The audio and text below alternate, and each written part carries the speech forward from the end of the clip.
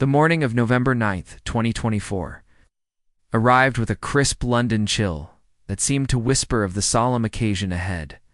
Inside Kensington Palace, Catherine, the Princess of Wales, stood before her dressing room mirror, her reflection showing a woman who had grown into her royal role with grace and determination.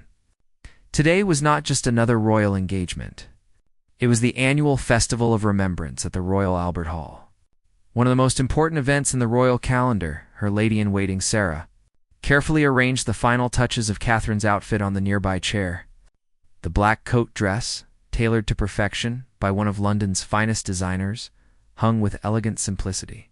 Every detail had been considered, from the subtle military-inspired buttons to the respectful length that would honor the occasion's gravity. Catherine had spent weeks planning this appearance, understanding that her presence would be photographed and analyzed by millions around the world. The princess reached for her jewelry box, her fingers finding the familiar weight of her sapphire and diamond earrings. These weren't just accessories. They were pieces that had belonged to Princess Diana, William's mother, and wearing them today felt like carrying forward a legacy of service and remembrance. As she fastened them, Catherine thought about the significance of the day ahead, and the veterans and families who would be in attendance. William appeared in the doorway. Already dressed in his formal military uniform, his presence filled the room with quiet strength, and Catherine felt the familiar comfort of their partnership. They had attended this event together for several years now, but each time brought new meaning as they deepened their understanding of their roles and responsibilities. William's uniform, adorned with medals and honors, reminded Catherine of his own military service and the personal connection they both felt to those who had served. "The car will be ready in 15 minutes, William said softly, his eyes meeting hers in the mirror. There was an understanding between them that needed no words. Today, they would represent not just the royal family, but the gratitude of an entire nation. Catherine nodded, applying the final touch of her lipstick, a subtle shade that would complement her outfit, without drawing attention from the event's true purpose. As they prepared to leave, Catherine's mind wandered to the preparations that had been months in the making. The Royal Albert Hall would be filled with veterans, their families, and members of the public, all gathering to honor those who had made the ultimate sacrifice for their country. The princess had received detailed briefings about the evening's program, including the musical performances and the symbolic poppy petals that would fall. During the ceremony, the drive through London's streets would take them past landmarks that held their own stories of wartime resilience.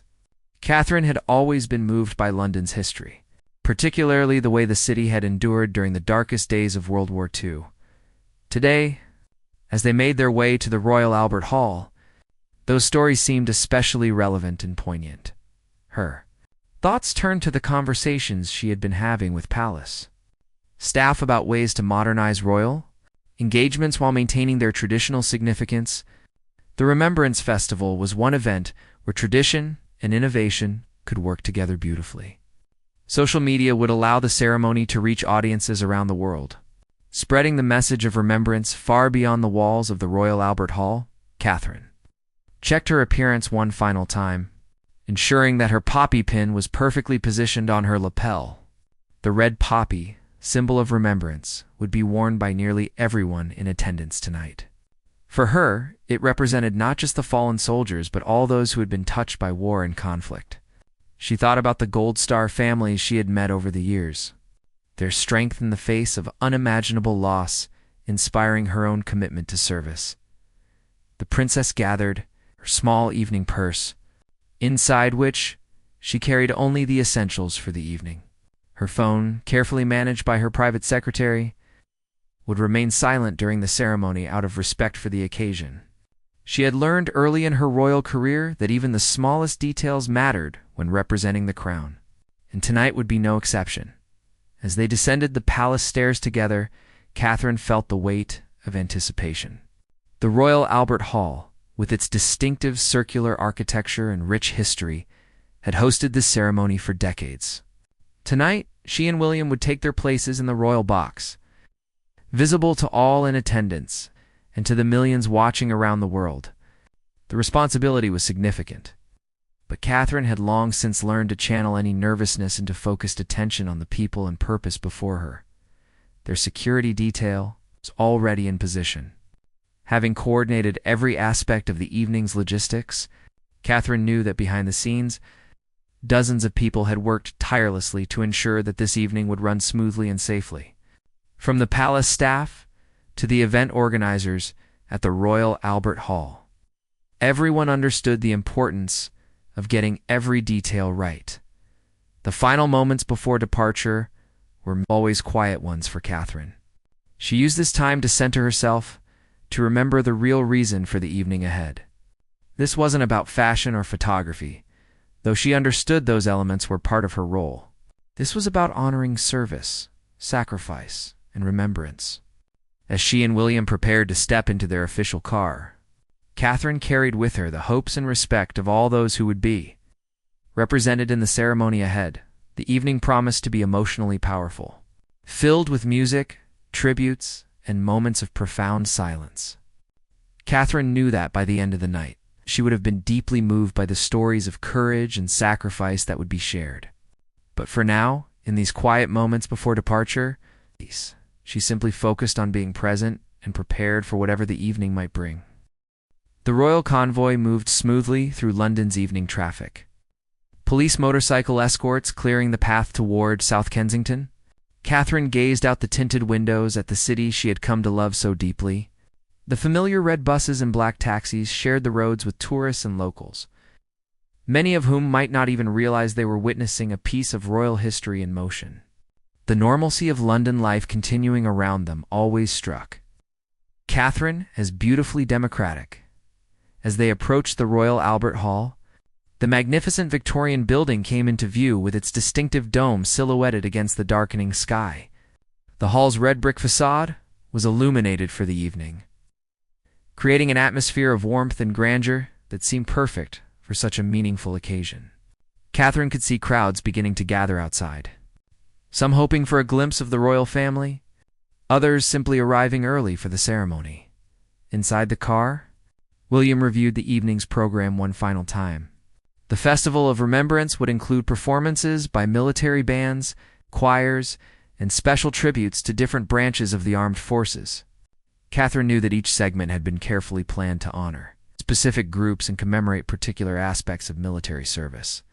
The evening would build to the traditional moment when thousands of poppy petals would fall from the ceiling, a breathtaking symbol of lives lost in service. The car pulled into the secure entrance of the Royal Albert Hall, where palace officials and hall management were waiting to receive them. Catherine could feel the slight shift in energy that always accompanied official arrivals. The relaxed atmosphere of the car ride would give way to the formal protocols that governed royal appearances. She straightened her posture slightly, her body language transitioning into the composed bearing that the public expected from their Princess of Wales. Their private secretary appeared at the car door as it stopped, briefing them on any last-minute changes to the evening's schedule. The hall's management had reported that the venue was completely sold out, with veterans organizations from across the United Kingdom represented in the audience. Catherine felt honored to know that her presence would be part of their evening of remembrance and recognition as they stepped from the car. The first camera flashes began. Catherine's training over the years had taught her to move naturally despite the constant photography, to smile warmly while remaining appropriately solemn for the occasion. Her black coat dress moved elegantly as she walked, the fabric chosen specifically for its ability to photograph well under the hall's lighting conditions. The entrance to the Royal Albert Hall buzzed with quiet activity. Staff members, easily identifiable by their evening dress and official badges, moved efficiently to ensure everything proceeded smoothly. Catherine exchanged brief greetings with hall officials, her years of experience helping her strike the right balance between warmth and formality. These interactions, though brief, were important in maintaining the relationships that made royal events successful. Military personnel in dress uniforms stood at attention as Catherine and William made their way through the entrance corridors. The princess made eye contact with several of them, offering subtle nods of acknowledgement and respect. These men and women represented the very people the evening was designed to honor. and Catherine never forgot that her role was to serve them, not the other way around. The Royal Albert Hall's interior corridor. Systems allowed the royal party to move toward the royal box without disrupting the general audience. Catherine could hear the murmur of conversation from the main hall, punctuated by the tuning of musical instruments and the occasional announcement over the public address system. The anticipation in the building was palpable, and Catherine found herself looking forward to taking her seat and experiencing the ceremony before entering the main hall. Catherine and William paused for a brief meeting with the evening's organizers. The Royal British Legion officials provided a final overview of the ceremony's highlights and introduced the key participants who would be presenting during the evening. Catherine listened carefully, understanding that this information would help her respond appropriately to different moments throughout the ceremony. One of the organizers mentioned that this year's ceremony included a special tribute to the Normandy veterans, many of whom were now in their late 90s. Catherine felt particularly moved by this, knowing that this might be one of the last opportunities for many of these heroes to attend the ceremony in person. The passage of time made each year's Remembrance Festival more precious. As the number of World War II veterans continued to decline, the princess also learned that several Gold Star mothers would be in attendance. Women who had lost children in recent conflicts.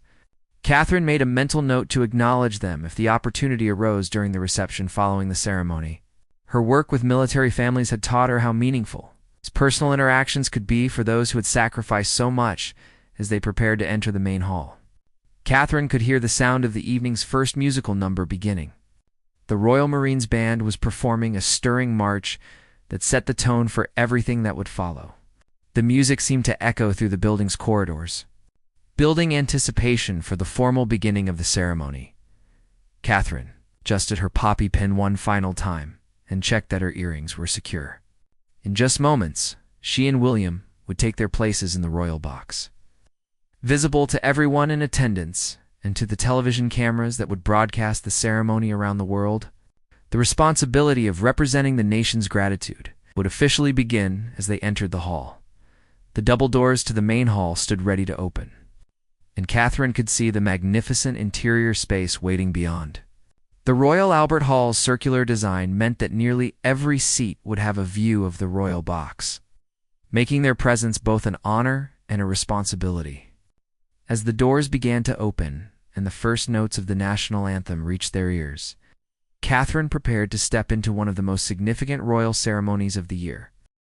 The great doors of the Royal Albert Hall opened to reveal a sight that never failed to take Catherine's breath away. The circular auditorium stretched before them, filled with nearly 6,000 people, all rising to their feet as the royal party entered. The hall's famous red velvet seats created waves of color, punctuated by the black formal wear of the evening's attendees and the dress uniforms of military personnel scattered throughout the audience. Catherine walked beside William with measured steps, her posture reflecting both dignity and warmth. As they made their way to the royal box, the applause that greeted them was respectful rather than enthusiastic, appropriate for the solemn nature of the occasion. As they moved through the hall, Catherine's eyes swept across the audience, taking in the faces of veterans, their families, and the many others who had chosen to spend their evening honoring those who served. The royal box itself was a masterpiece of Victorian design, positioned perfectly to provide an excellent view of the stage while allowing the occupants to be visible to the entire audience. As Catherine settled into her seat, she could feel the weight of thousands of eyes upon her. But the feeling was one of responsibility rather than scrutiny. These people had come to remember and honor their heroes, and her presence was meant to represent the gratitude of the entire nation. The program began with a stirring performance by the Band of the Royal Marines, their music filling the hall's famous acoustics with precision and power. Catherine found herself genuinely moved by the skill and emotion in their performance. Remembering that many of these musicians were active service members who understood personally the sacrifices being commemorated tonight, the music seemed to wash over the audience, creating a shared emotional experience that transcended individual differences. As the evening progressed, Catherine watched a parade of performances that showcased different aspects of military life and service. The Royal Navy's contribution included sea shanties that spoke of long deployments in dangerous waters, while the Army's presentation featured the pipes and drums that had accompanied British soldiers into battle for centuries. Each performance was met with appreciative applause from an audience that clearly understood the significance of what they were witnessing. Between musical numbers, Catherine's attention was drawn to the veterans in the audience. Many wore medals and ribbons that told stories of service and conflicts spanning decades. From World War II through to recent operations in Afghanistan and Iraq, she could see elderly gentlemen in their 90s sitting proudly in wheelchairs, their chests adorned with honors earned in the fight against fascism. Beside them sat younger veterans, men and women who had served in more recent conflicts, their own medals reflecting the continuing need for courage and sacrifice. The emotional centerpiece of the evening came with a special tribute to the Normandy veterans. As images of D-Day appeared on screens around the hall, several of the surviving veterans were introduced to the audience. Catherine felt tears spring to her eyes as these elderly heroes stood to acknowledge the thunderous applause that greeted them. The sight of these men, now in their late 90s, being honored for their incredible bravery as young soldiers was overwhelming in its power and poignancy. During this tribute, Catherine noticed one particular veteran in the front rows who seemed to be struggling with emotion. She watched as a younger woman, clearly his daughter or granddaughter, reached over to take his hand in comfort and support. These intergenerational connections, visible throughout the audience, reminded Catherine that the impact of military service extended far beyond those who actually wore the uniform. The Royal Air Force presentation included a fly-past tribute shown on video, featuring the famous Red Arrow's aerobatic team. As the images played, Catherine could hear the quiet conversation of veterans sharing memories with their companions. The informal nature of these exchanges, happening simultaneously with the formal ceremony, created a beautiful blend of official commemoration and personal remembrance. One of the evening's most moving moments came when children from Masita military families joined the adult choir for a performance of We'll Meet Again. The sight of these young voices, many belonging to children whose parents were currently deployed, singing the wartime classic, created a powerful bridge between past and present. Catherine found herself thinking about the ongoing sacrifices made by military families, particularly the children who grew up with parents frequently away on service. As the ceremony continued, Catherine became increasingly aware of the television cameras discreetly positioned throughout the hall. She knew that millions of people around the world were watching this ceremony, including British service members stationed overseas who couldn't be with their families tonight. Her composure and attention during the broadcast were part of her service to them, a way of ensuring they felt represented and remembered even in their absence. The program also included readings from letters, written by service members, performed by well-known actors who brought the words to life with skill and sensitivity. Catherine listened intently as these authentic voices from different conflicts shared experiences of fear, courage, humor, and loss. The letters spanned generations, from World War I soldiers writing home from the trenches to modern service members communicating with families via email from distant deployments. During a brief intermission, Catherine had the opportunity to observe the audience more closely. She noticed how many people were wearing multiple poppies, indicating family members or friends who had served. Wedding rings worn on chains around necks suggested spouses lost to war, while photographs pinned to lapels showed sons and daughters who had made the ultimate sacrifice. Every person in attendance seemed to carry their own connection to military service. The second half of the ceremony promised to build toward the traditional climax of falling poppies. But Catherine was already deeply moved by everything she had experienced. The combination of music, tribute, and the powerful presence of veterans and their families had created an atmosphere unlike any other royal event. As the intermission ended and the audience prepared for the ceremony's conclusion, Catherine felt honored to be part of such a meaningful tradition. As the second half of the ceremony began, the atmosphere in the Royal Albert Hall seemed to deepen with emotion and anticipation. Catherine could sense that the audience understood they were building toward the evening's most powerful moment, the traditional falling of the poppy petals that would transform the entire space into a living memorial. The lighting had been subtly adjusted, creating pools of warm light that highlighted the stage while leaving the upper reaches of the hall mysteriously shadowed. The Welsh guards took the stage next, their performance featuring the haunting melody of Men of Harlech, song that had accompanied Welsh soldiers into battle for centuries. Catherine found herself captivated by the way the music seemed to tell a story of both triumph and loss, celebrating courage while acknowledging the price of freedom. The acoustics of the hall carried every note with crystal clarity, and she could see how the performance affected veterans in the audience, many of whom were quietly mouthing the familiar words. Between performances, Catherine's attention was drawn to a section of the hall where several wheelchair-bound veterans sat together. These men and women, clearly dealing with physical challenges from their service, had been positioned to have an excellent view of the stage. She watched as they supported each other throughout the evening, sharing memories and ensuring that those with hearing difficulties could follow the program. Their camaraderie was a beautiful testament to the bonds forged through shared service. The ceremony continued with a tribute to the Merchant Marine, often called the Forgotten Fourth Service for their crucial but sometimes overlooked role in wartime. Catherine had learned about merchant sailors during her preparation for the evening, understanding how these civilian mariners had risked their lives to keep Britain supplied during the darkest days of World War II. Many had been sunk by enemy submarines, their sacrifice often unrecognized until recent years. The performance honoring them was met with particularly enthusiastic applause from the knowledgeable audience. A special moment came when representatives from Commonwealth nations joined British service members on stage for a combined performance.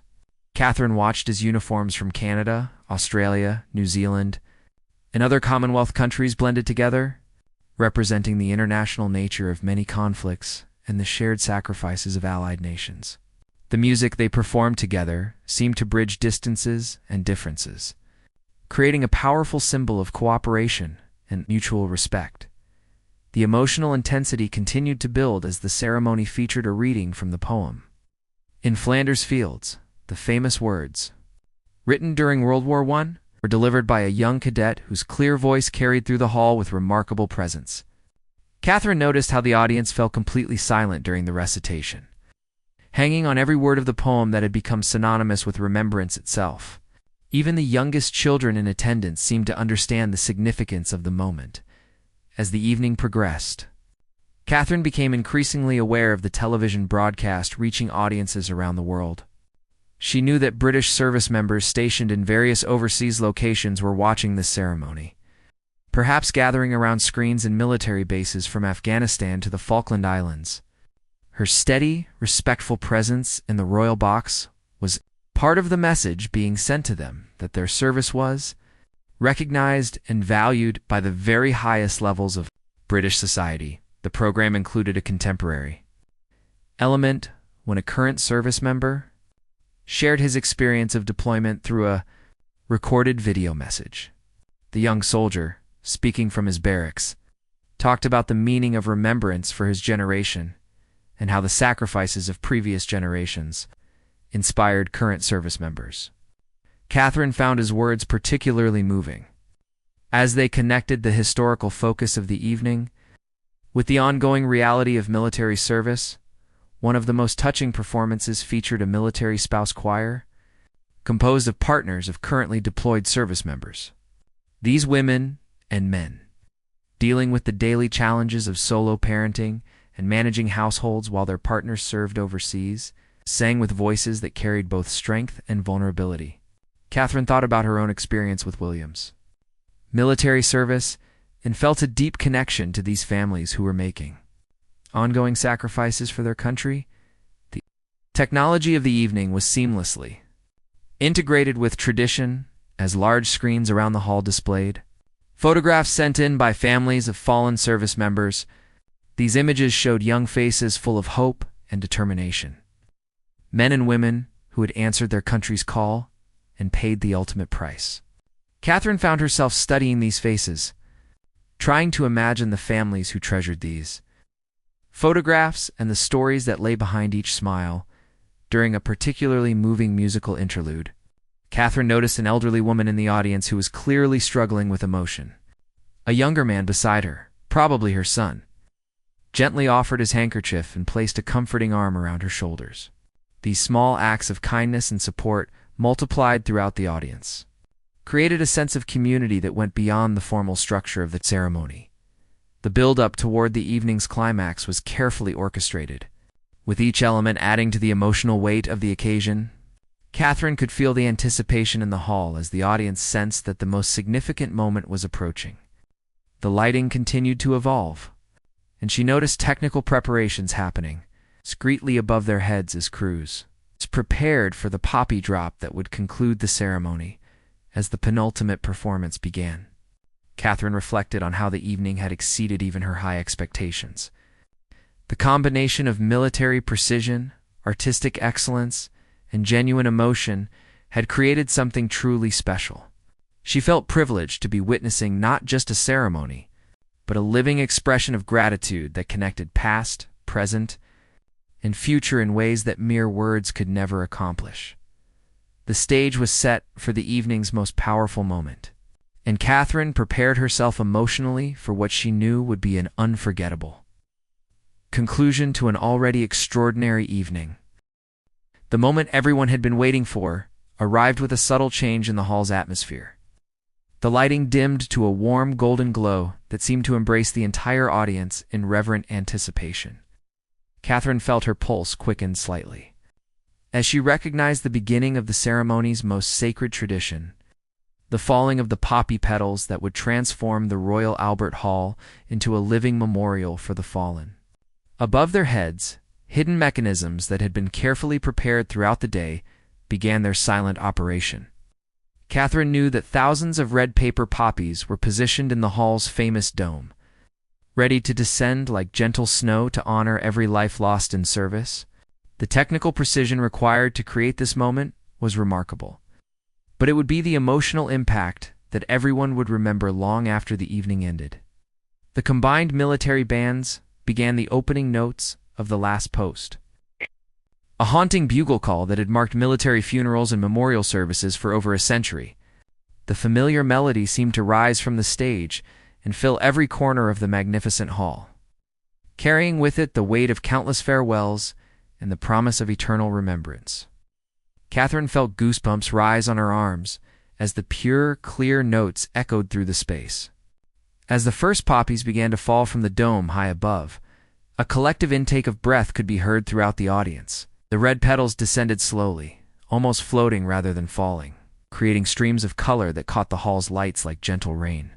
Catherine watched in wonder as the poppies drifted down around them, each one representing a life given in service, a family forever changed, a future cut short in defense of freedom. The silence that accompanied the falling poppies was profound and complete. 6,000 people sat motionless, many with tears streaming down their faces.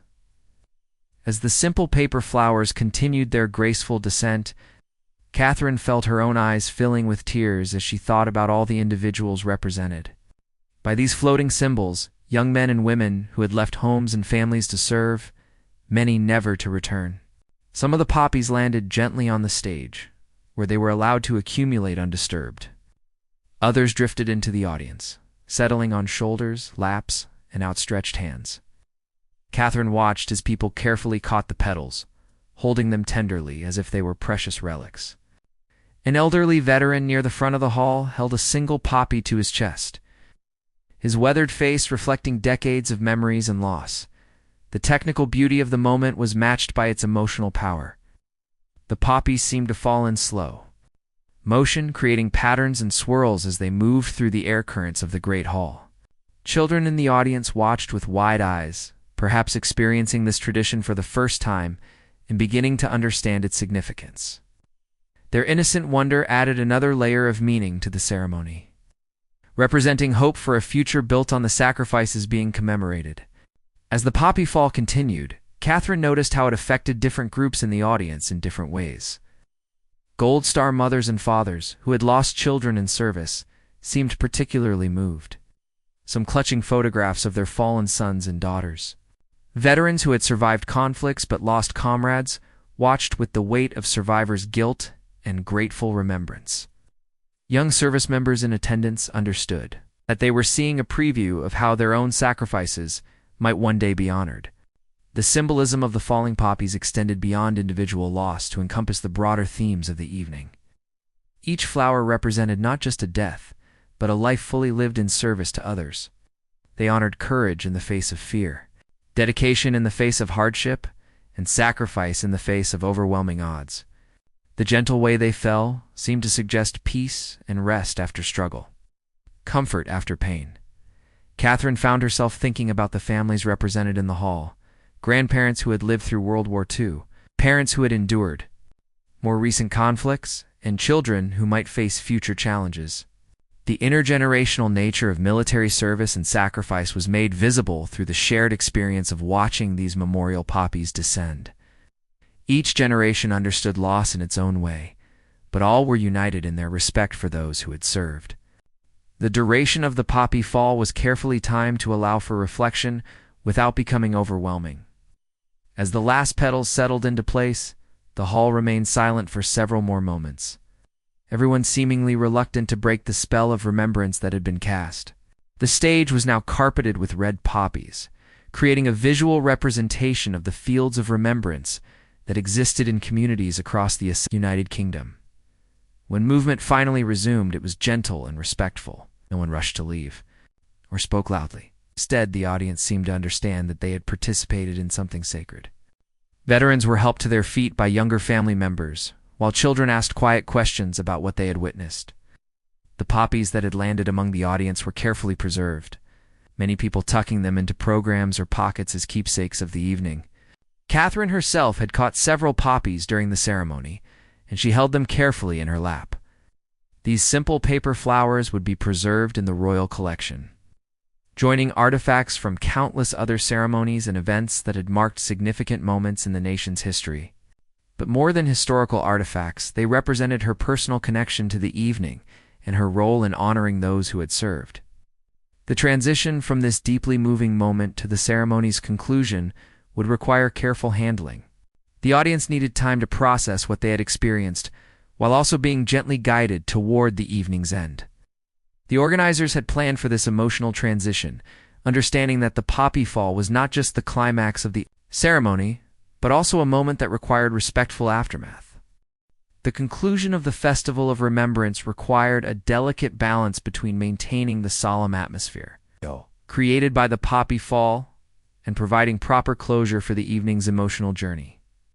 Catherine remained in her seat as the final elements of the ceremony unfolded, understanding that her continued presence was part of the comfort and continuity that the royal family provided during such significant national moments. The national anthem brought everyone to their feet one final time, voices joining together in a song that represented not just loyalty to the crown, but unity and shared values and common purpose. Catherine sang along with quiet dignity, her voice blending with thousands of others in a moment that felt both personal and universal. As the final notes echoed through the hall, she felt the profound satisfaction that came from participating in something larger than herself. The formal conclusion of the ceremony allowed for a gradual transition as the audience began to move toward the exits. Catherine noticed how people seemed reluctant to leave, many stopping to speak with veterans or to pick up poppies that had fallen near their seats. The hall buzzed with quiet conversation as families shared their reactions to the evening and planned their own remembrance. Activities for the following day's official ceremonies. Before departing the royal box, Catherine and William took time to acknowledge different sections of the audience with waves and nods of appreciation. These gestures, though simple, were important in recognizing the participation of everyone who had chosen to spend their evening honoring military service and sacrifice. The response from the crowd was warm but respectful, understanding that the evening's tone required continued dignity even as it drew to a close. The walk from the royal box to the private reception area gave Catherine her first opportunity to speak with some of the evening's participants. She was introduced to several of the Normandy veterans who had been featured during the ceremony, men whose courage as young soldiers had helped secure the freedom that Britain enjoyed today. Their handshakes were firm despite their advanced age, and their eyes sparkled with the intelligence and humor that had carried them through decades since their wartime service. At the reception, Catherine found herself in conversation with a Gold Star mother whose son had been killed in Afghanistan just 2 years earlier. The woman's strength in the face of such devastating loss was humbling. And Catherine listened carefully as she spoke about her son's dedication to his fellow soldiers and his belief in the mission he had been serving. These personal connections always affected Catherine deeply, reminding her that behind every statistic and ceremony were real families dealing with real loss. The reception also provided an opportunity to meet with some of the younger veterans who had served in recent conflicts. Catherine was struck by their perspective on remembrance, how they balanced pride in their service with awareness of the ongoing challenges facing veterans returning to civilian life. Several mentioned the importance of events like tonight in helping the public understand that military service continued to be relevant and necessary in the modern world. During her conversations, Catherine learned about various charitable organizations that were working to support veterans and military families. The Royal British Legion, which had organized the evening's ceremony, was just one of many groups providing services ranging from housing assistance to mental health support. Catherine made mental notes about potential future engagements and ways that her platform might be used to highlight these important causes. The photography at the reception was carefully managed, allowing for some official images while respecting the private nature of many of the conversations. Catherine understood that some of the most meaningful interactions of the evening would never be photographed or publicized, but would remain as personal memories for the individuals involved. These quieter moments of connection were often the most rewarding part of royal engagements. As the reception continued, Catherine reflected on how the evening had exceeded her expectations in terms of emotional impact and personal meaning. Each festival of remembrance brought new perspectives and deeper understanding of the sacrifices made by service members and their families. Tonight had been particularly powerful because of the presence of so many Normandy veterans, representing a direct link to one of history's most significant military operations.